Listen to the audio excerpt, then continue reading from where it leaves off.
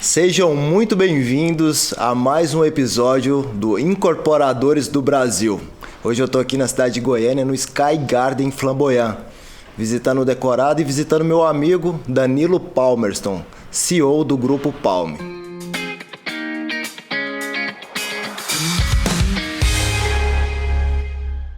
Fala, Danilo, como é que você tá? Tudo bem, Juliano? Tudo bem? Obrigado pelo convite. Quanto tempo aí, né, que a gente não se via. Pois é, essa caminhada nossa, nessa trajetória. É isso aí, estou muito satisfeito de estar aqui hoje com você. Espero contribuir para esse projeto seu de sucesso aí. Obrigado, Danilo, obrigado, meu amigo. Assim, eu não poderia deixar de gravar o Incorporadores do Brasil com você.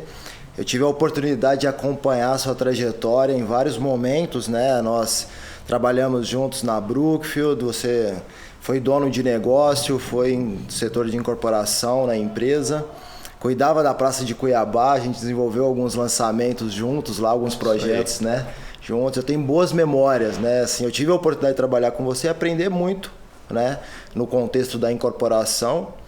E talvez, eu acho que hoje é um sentimento de emoção e de gratidão estar te reencontrando e ver a trajetória, a jornada que você trilhou no mercado imobiliário, trazendo para o mercado uma incorporadora que hoje está trazendo um empreendimento que é referência no mercado de Goiânia, que é o Sky Garden Flamboyant. Pô, obrigado pelo elogio aí, o prazer é meu. Acho que a gente construiu juntos, né? Aprendemos juntos, vivemos Sim. Aí em 2007 o boom do mercado imobiliário. Foi um momento, para mim, fantástico de aprendizado. Passei por várias praças, Cuiabá, Campo Grande, Fortaleza, até no Nordeste. Fortaleza, Rio de Janeiro, né? Rio de Janeiro. Então, assim, atuei em várias cidades do Brasil. E isso, graças a Deus, me deu uma bagagem muito boa para a gente construir a Palme. Assim, hoje ainda é um grãozinho de arroz, mas se Deus quiser, acredito que a gente está no caminho certo.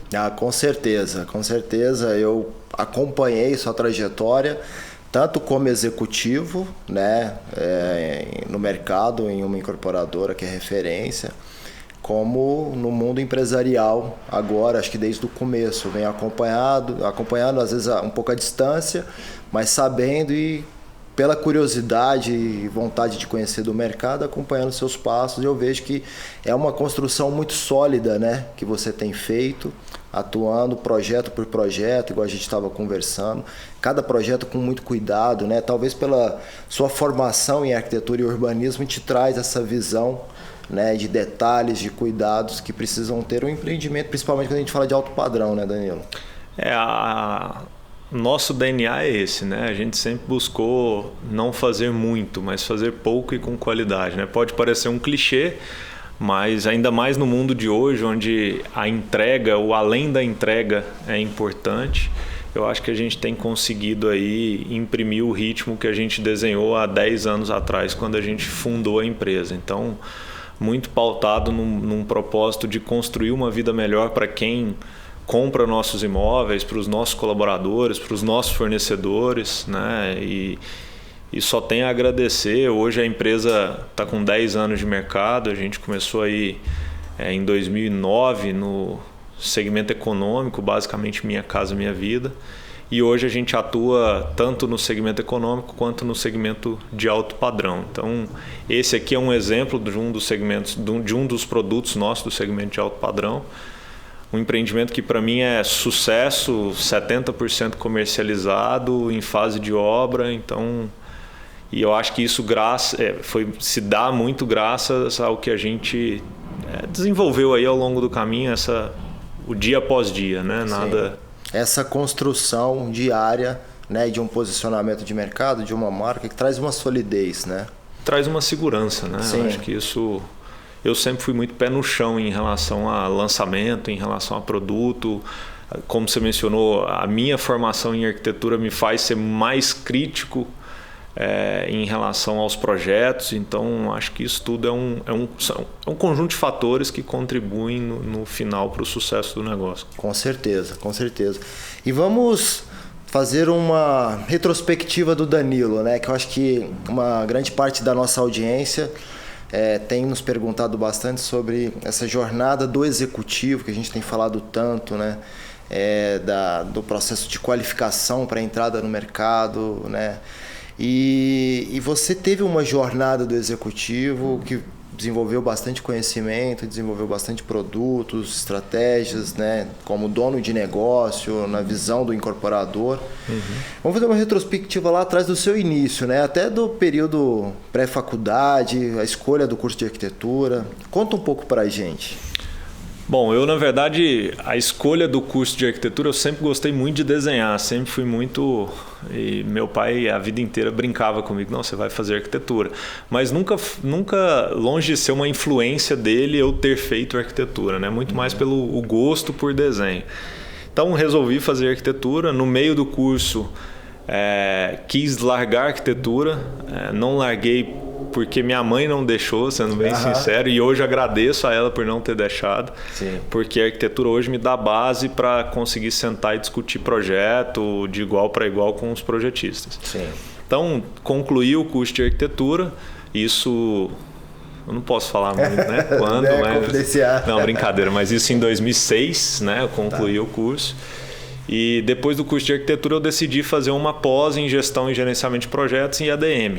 Então, toda a minha carreira foi voltada como executivo para a área de gestão. Eu nunca atuei na parte técnica da arquitetura, né? Atuei 6 meses só.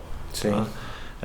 Basicamente como estagiário antes de formar, em obra, que eu acho que é uma coisa que me deu muita bagagem também. Atuar em obra é um conselho que eu deixo para todo mundo da área de engenharia, da área de arquitetura que precisa atuar. Então, acabei indo para a área de gestão, que foi quando eu entrei na MB Engenharia e virei executivo depois da Brookfield por 12 anos, 13 anos mais ou menos. Como executivo eu comecei em Goiânia, basicamente no segmento de alto padrão, médio e alto padrão. Na parte de desenvolvimento de produto? Na parte de desenvolvimento de produto, mais voltado para a área de arquitetura negócio mesmo. E arquitetura como um todo. Sim. Surgiu uma oportunidade para trabalhar na Praça de Cuiabá, eu acabei aceitando, aí já fui como dono de negócio, né? Era um nome de um cargo que existia dentro da Brookfield, seria um gestor dos negócios imobiliários da região. Eu lembro que o dono de negócio, para a nossa audiência conhecer um pouco mais dessa figura, de algumas grandes incorporadoras que têm essa posição, ele tinha uma visão geral de todo o ciclo da incorporação, né? Ele era uma visão de dono de negócio mesmo, dono da incorporação, então ele cuidava da parte de aquisição de terreno, desenvolvimento de produto, acompanhava fluxo de obra, fluxo financeiro do empreendimento, a parte comercial, gestão de carteira, depois repasse, desligamento pós-obra, relacionamento com o cliente, então, ou seja, era uma visão, como se fosse o incorporador intraempreendedor, né, dentro da corporação. É isso aí, exatamente. Então, bom, você explicou muito bem, não preciso nem complementar. E pós Cuiabá, eu fui convidado para assumir alguns outros negócios da Brookfield, Campo Grande. Fiquei Cuiabá, Campo Grande e Goiânia, né? Eu fazia esse triângulo, né? Centro-Oeste como um todo. Ficou um pouco pesado a carga do Centro-Oeste. A Brookfield tinha muito lançamento, salvo engano, em Goiânia na época eram 19 empreendimentos que a Brookfield tinha sob gestão, Cuiabá uns 7 mais ou menos e Campo Grande acho que 4 ou 5 empreendimentos. Então estava com cerca de 25 empreendimentos sob gestão.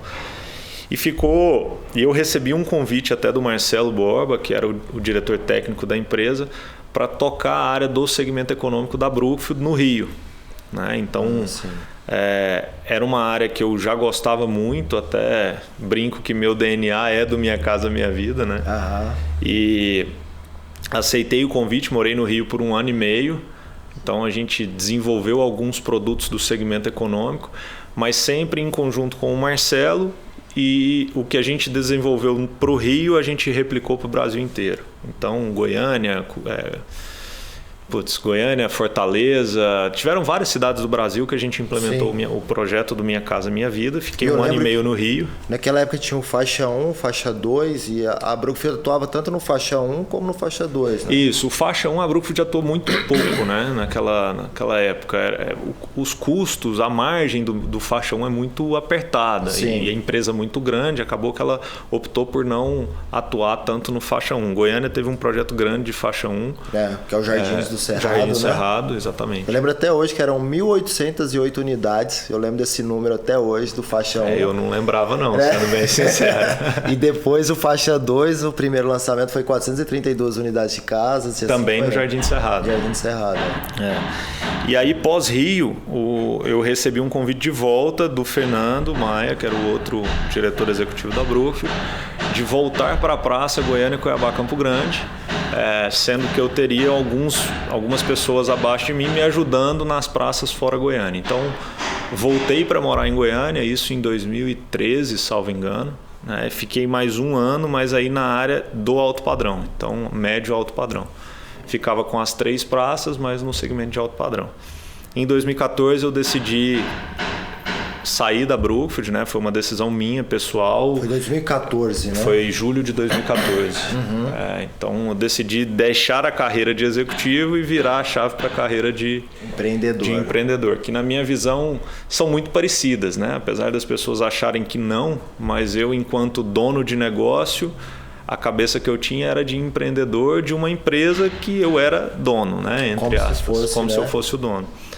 Então, sou muito grato ao Fernando, a Marcela, a Brookfield pela carreira que eu construí lá dentro. E isso me deu muita bagagem para construir o Grupo Palmer, né? A empresa hoje, como eu disse, tem 10 anos de mercado, que a gente constituiu ela em 2009. Então, em 2019 a gente fez 10 anos. E tem um sócio que é o Fernando. O Fernando está basicamente na diretoria técnica da empresa e eu na diretoria comercial. Então, a gente atua nessas duas pontas, Minha Casa Minha Vida e segmento de alto padrão. E agora estamos estudando o meio termo aí, né? Que são os SBPEs aí para Goiânia na faixa de 450 mil, 500 mil reais. Então, em resumo, essa é um pouco da minha trajetória. Apesar de arquiteto de formação, a minha carreira toda foi feita na gestão da incorporação, na gestão do negócio imobiliário como um todo. Como executivo e agora como empresário, né, do setor e se transformou em 10 anos, né, de empresa, vamos pensar assim, numa referência hoje no mercado, graças a um empreendimento que é esse que a gente está aqui hoje gravando o podcast, o Sky Garden Flamboyant, que se tornou um marco, vamos chamar assim, na cidade, por suas características, né?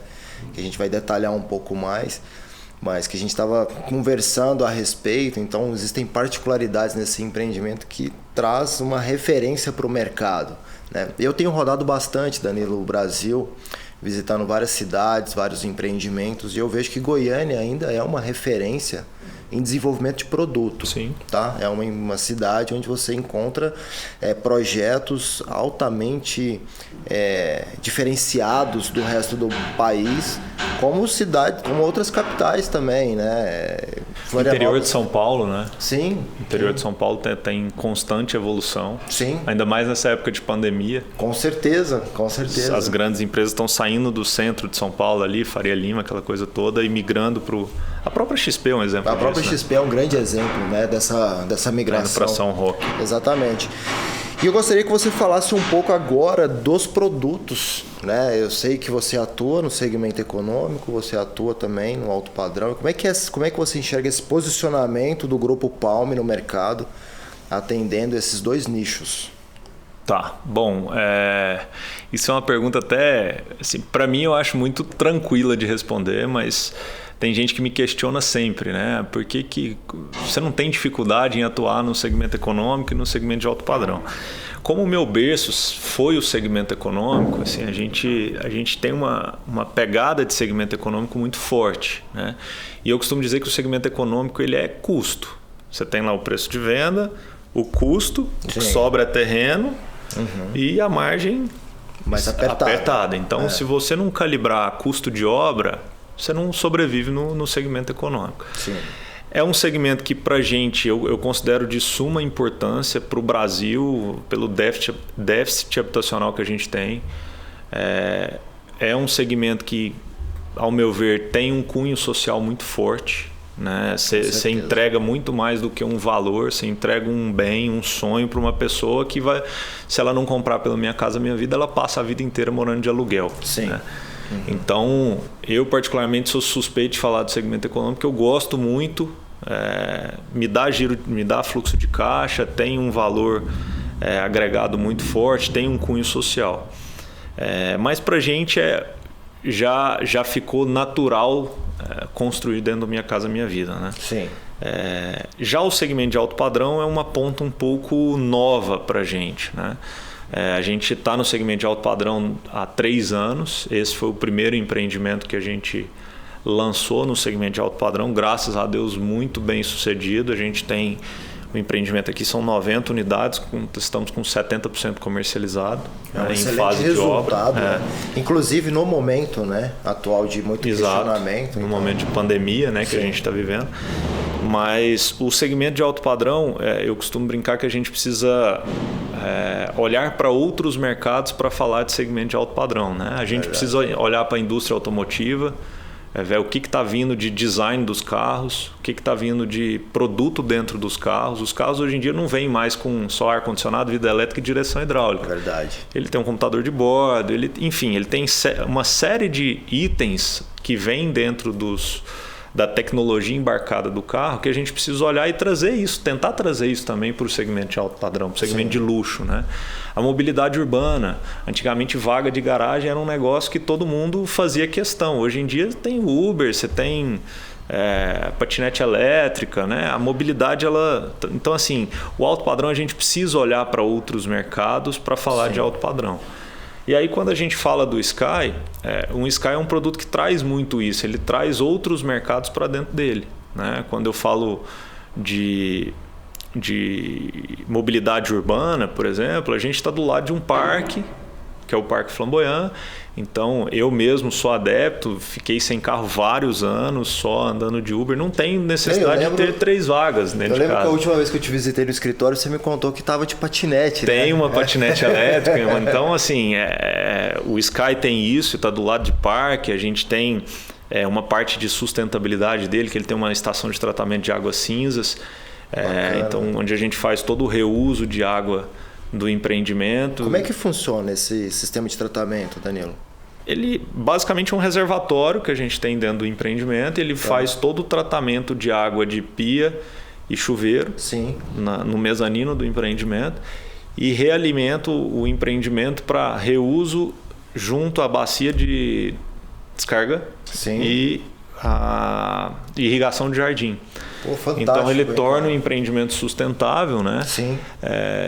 E assim, ecologicamente correto, Sim. vamos dizer assim. Tem toda essa visão de sustentabilidade também sendo embarcada no empreendimento. E para isso a gente tem que olhar outros mercados, né? Para trazer essas coisas para dentro da indústria da construção civil, que é uma indústria teoricamente engessada em termos de inovação, a gente tem que olhar para outros mercados. Sim. Né? Então o Sky ele consegue trazer algumas coisas que vem de outros mercados, não é simplesmente da construção civil. Sim. E falando em sustentabilidade, o Sky Garden ele tem um selo, uma certificação, né, em relação ao paisagismo do empreendimento? Na verdade ele vai ter, né, um selo de biodiversidade pela diversificação das plantas que vão ser implementadas no empreendimento. O Ricardo Cardim é um paisagista, então ele vai ter esse selo de biodiversidade, que é basicamente pelas plantas, uma quantidade de planta nativa que ele tem dentro do empreendimento. Sim. Então são coisas que a gente busca trazer. Eu digo que o mercado imobiliário ele não é mais, aqui está o quarto, aqui está a sala, aqui está a cozinha. Você tem que ir para fora do apartamento. Né? Enquanto você vai para fora, você tem que ter um parque perto, você tem que ter uma entrega de valor com uma estação de tratamento, você tem que ter um rooftop a 170 metros de altura com uma área de lazer, com uma vista de 360 da cidade. Falando no rooftop, eu acho que é um grande marco do empreendimento, né? São 170 metros de altura e eu acho que ele está num ranking bem colocado em termos de altitude de prédios, né? Pelo menos aqui na região, não sei. Goiânia ele é o segundo mais alto. É o segundo mais alto? É o segundo mais alto de Goiânia. E o rooftop é uma área de lazer que a gente tem a 170 metros de altura, que a gente vai ter uma academia, piscina, churrasqueira, uma área gourmet, né? Sim. Isso tudo com vista 360 da região do Jardim Goiás, onde ele está implementado. Então, são coisas que a gente buscou trazer para o segmento de alto padrão para agregar além da planta, além do imóvel em si. Sim, né? sim. São valores diferenciais, né? São diferenciais que fazem sentido para o segmento de alto padrão. Tá, e para um prédio, né, um edifício com essa altura, né, precisa ter tecnologia também. Né? Então, eu tenho certeza que para desenvolver esse produto foi utilizado tecnologias que são referência também no país inteiro, né? Aqui a gente tem duas tecnologias que eu sempre gosto de citar. Uma é o sistema BIM, né, que é o Business Intelligent Model, aí, que é uma forma da gente fazer a gestão do empreendimento e o BIM hoje para a gente ele é um caminho sem volta, então a gente hoje consegue controlar custo, consegue controlar estoque, a gente consegue ver evolução física de obra, tudo em tempo real. Então, desde a saída de um material no almoxarifado até a aplicação dele no canteiro de obra, a gente consegue controlar isso tudo em tempo real. Perfeito. Então, isso reduz tempo, né? Reduz custo. Então, o sistema BIM é uma tecnologia que para a gente é um caminho sem volta. Que já faz parte do Grupo Palme. Hoje já faz parte do nosso DNA e tanto no segmento de alto padrão quanto no segmento econômico a gente já está implantando o sistema BIM. A gente não começa nenhum empreendimento sem o BIM. Nós vamos lançar um agora no segundo semestre, que é um condomínio de Sobrados. Ele já está com a plataforma BIM praticamente pronta e finalizada para começar. Sim. Então esse é um caso de tecnologia e tem um outro caso também que é a fundação desse empreendimento, né? Quando eu acordei com a loucura na cabeça de se fazer um prédio de 54 pavimentos, o Fernando, que é meu sócio, falou: Danilo, a gente precisa de alguém de referência em termos de estrutura e em termos de concreto para nos acompanhar. Eu topo o desafio, mas precisamos de alguém. E aí foi quando a gente trouxe o Alid, que é o projetista estrutural daqui, e o professor Paulo Helene, que é considerado o papa aí no concreto no Brasil e no mundo. Então, o professor Paulo nos trouxe uma outra pessoa na consultoria de fundação, que é o Renato Cortopassi. E a fundação desse empreendimento ela é toda monitorada, né? Existe uma tese de doutorado da UNB em cima dessa fundação. Ela é uma fundação que ela possui sensores dentro de mais ou menos umas 65 a 70 estacas. Sim. E a gente faz o monitoramento dessa fundação. Similar a isso no Brasil não tem. O Skygarden é o único caso e é uma tese de doutorado da UNB. Sim. E é uma tecnologia similar à que foi usada no Burj Khalifa em Dubai. Sim. Então, isso para a gente é inovação, né? Total, tecnologia. São tecnologias que vão fazer com que a gente consiga mensurar esse desvio padrão da fundação, né? Da estrutura do prédio. Então são dois itens que eu gosto de bater muito. Sim. Fora o elevador nosso, que ele é de 4 metros por segundo. Alta velocidade. Um elevador de alta velocidade. Sim. Perfeito. Eu acho que hoje é uma referência de fato no mercado. Eu lembro quando você começou a pensar no produto, desculpa, que a gente até conversou, você estava a caminho de São Paulo para fazer benchmarking com alguns empreendimentos, e a gente falou de algumas referências e tá aí, né, o resultado. Nasceu, né? Né? Nasceu e a gente está hoje fazendo essa gravação no decorado. Às vezes tem algum ruído, a gente pede desculpa para a audiência, mas é porque a gente está no campo de batalha, de fato, que é o que agora a gente gosta de falar, e trazer esse empreendimento, o modelo de gestão, o Grupo Palme, para a nossa audiência como um conteúdo de aprendizado, de muito conhecimento. E quando a gente olha para o Skygarden Flamboyant, ele teve um resultado de vendas hoje considerado um excelente resultado de vendas, um excelente resultado comercial, e claro que com base nas estratégias que foram adotadas até o momento. E agora, recentemente, você fez um trabalho de um movimento comercial no empreendimento que alcançou essa marca. E eu gostaria de trazer para a nossa audiência esse conteúdo da estratégia utilizada. Assim, eu vou tentar absorver aqui ao máximo esse conteúdo para a audiência, para nós entendermos como que foi o planejamento comercial, né, desse processo, e se deu durante a pandemia, né? Se deu agora com algumas restrições em termos de contato físico, né, distanciamento social necessário. Conta pra gente como que foi o planejamento, a concepção e o que foi considerado, Danilo. Tá, bom, a concepção, na verdade, ela começou em março de 2018, né, quando a gente abriu venda do empreendimento. E lá atrás, assim, como toda empresa pequena que está começando, a gente optou por captar recursos de investidores, né? Então, o Sky nasceu graças ao recurso de investidores que apostam no mercado imobiliário, né, e estão com a gente aqui nesse projeto. E a pandemia, eu falo muito isso, né? A pandemia, às vezes, ela tem um lado, lógico, ela tem um lado ruim, mas ela também tem um lado bom. Para a gente, ela foi muito boa no sentido de fazer com que a gente olhasse para dentro de casa, o que a gente pode fazer, né? Já que estamos parados, vamos dizer assim, né? Sim. O que a gente pode fazer para tentar melhorar a estratégia comercial, para tentar melhorar a velocidade de obra, enfim.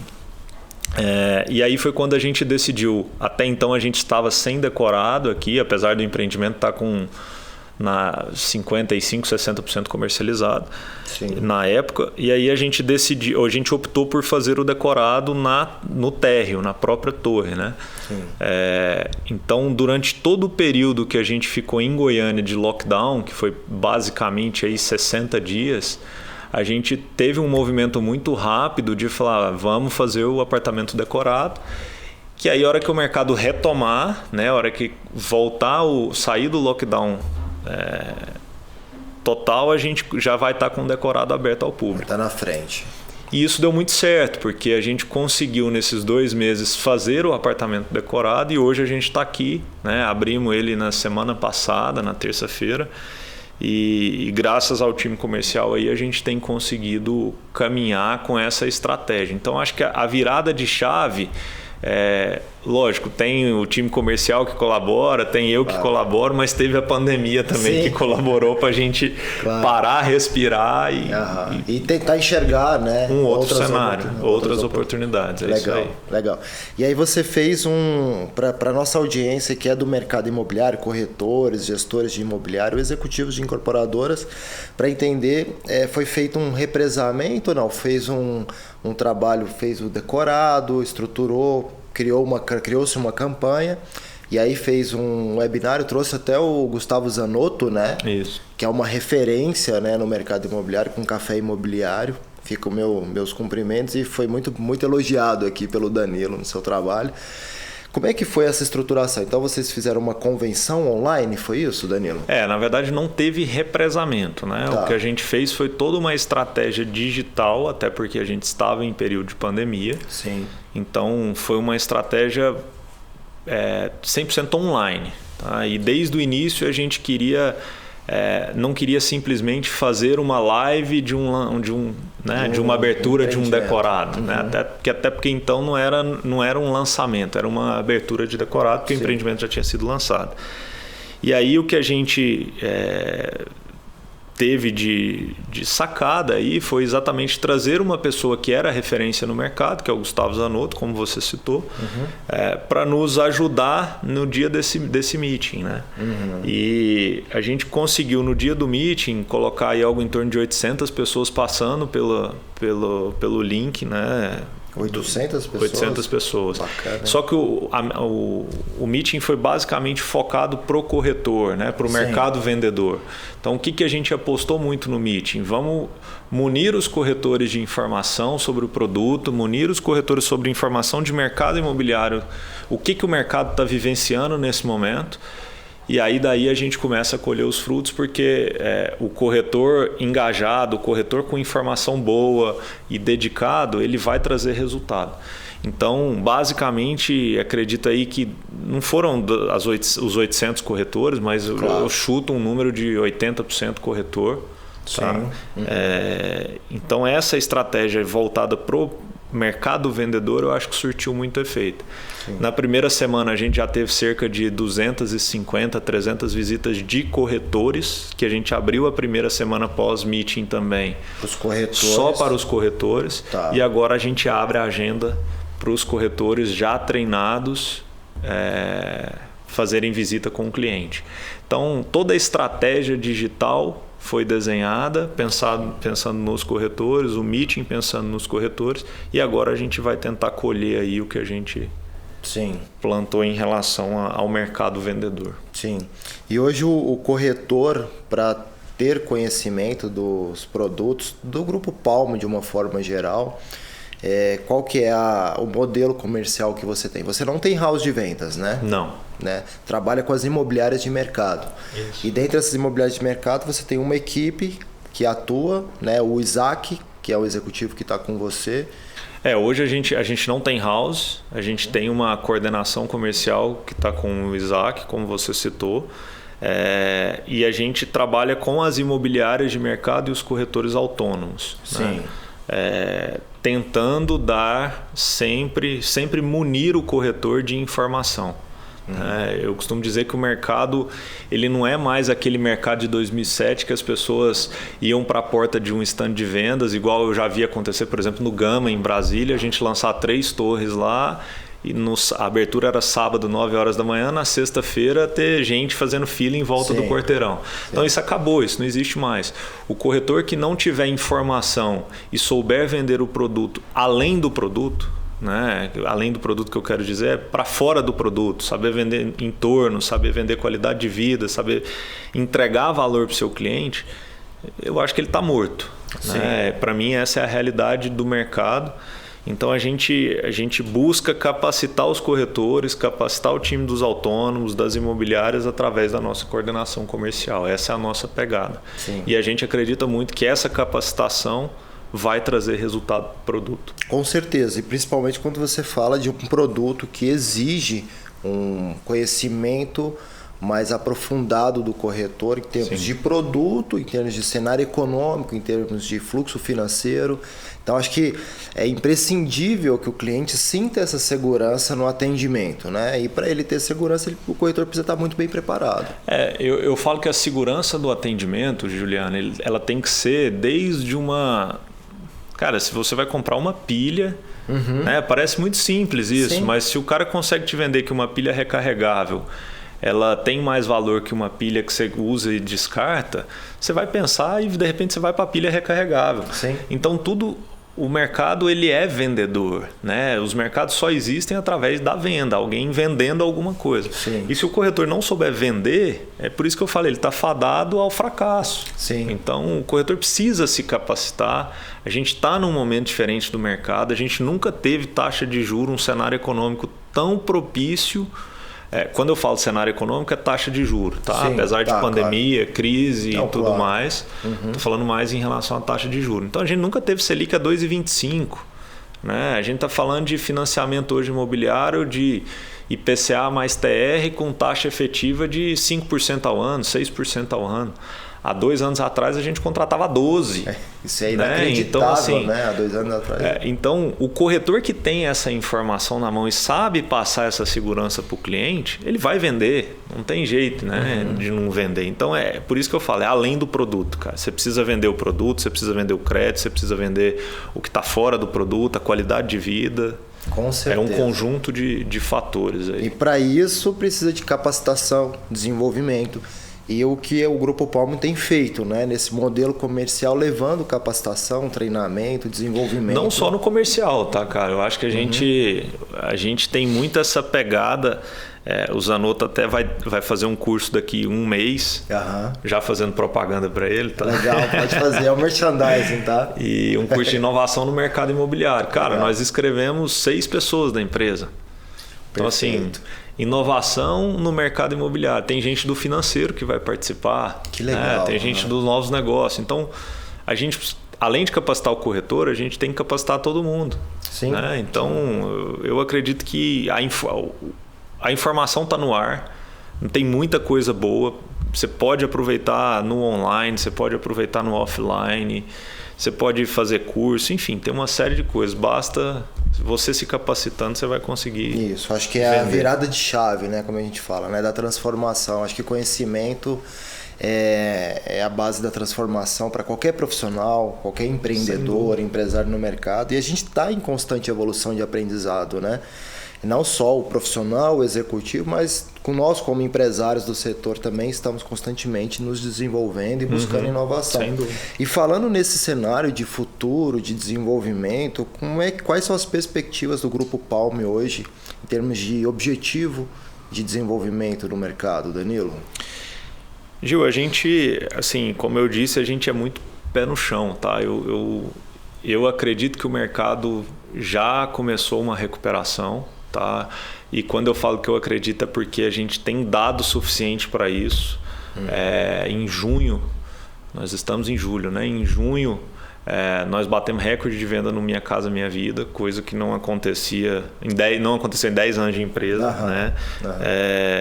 Esse mês de julho também a gente tem tido um volume muito bom de venda.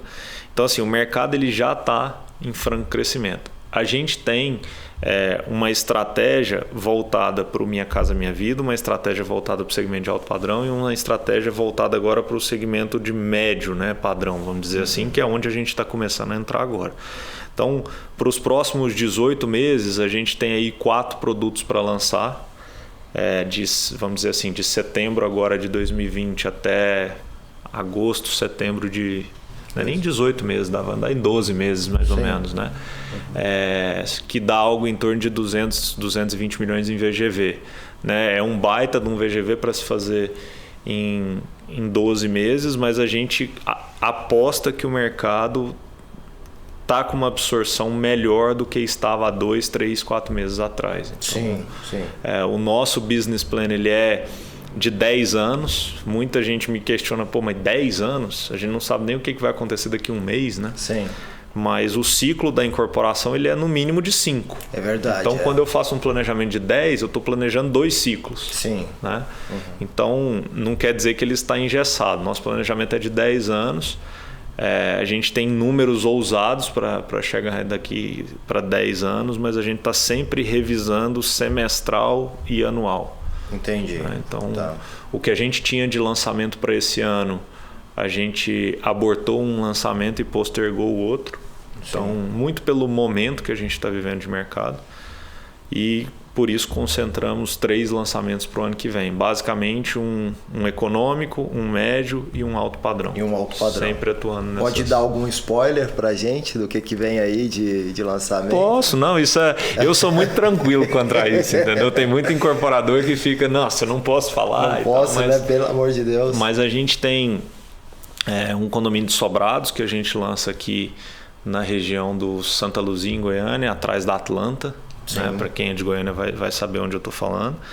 A gente tem um loteamento popular que a gente saída para Nerópolis, a região Passeio das Águas ali, Shopping Passeio das Águas, que a ideia é abrir o loteamento e já entregar Minha Casa Minha Vida junto, né? Fazer um mix de produto aí. E a gente tem um alto padrão na região do Marista, que é um produto que a gente está apostando muito nele, que a gente deve lançar ele aí, se a janela de lançamentos de Goiânia permitir, em maio, junho do ano que vem. Maio, junho do ano que vem. Então são esses três produtos. E o Grupo Palme está aberto a receber terrenos? Está chegando muita oferta de terreno? Vocês estão avaliando novos negócios? Terreno a gente recebe todo dia, né? Isso aí mas terreno de cada 10 que a gente olha, a gente fecha um quando muito, né? Porque terreno é um negócio muito particular. Às vezes o que eu fecho, você não fecha, o que você fecha, eu não fecho. Então é muito particular. Sempre aberto a terreno, principalmente no segmento de médio padrão aí, condomínios de sobrados e Minha Casa Minha Vida, a priori. Tá. Então, o nosso business plan para o alto padrão é um vertical a cada 2 anos, então a gente já tem um land bank aí para os próximos anos, então a gente ainda não está procurando terreno para esse para esse ticket, mas segmento de médio e segmento econômico a gente tem. Sim. É sempre bem-vindo. Sempre bem-vindo. O alto padrão a gente não descarta. Se tiver coisa boa também, a gente vai analisar um terreno específico de oportunidade, a gente analisa. Tá, e hoje o foco do Grupo Pau, pelo menos nessa projeção de 10 anos, ainda é Goiânia e região metropolitana, ou vocês já pensam em expandir nacionalmente alguma cidade? Não, eu penso Goiânia e região metropolitana. Tá, eu vivenciei lá em 2010 um case que, pela própria Brookfield, né?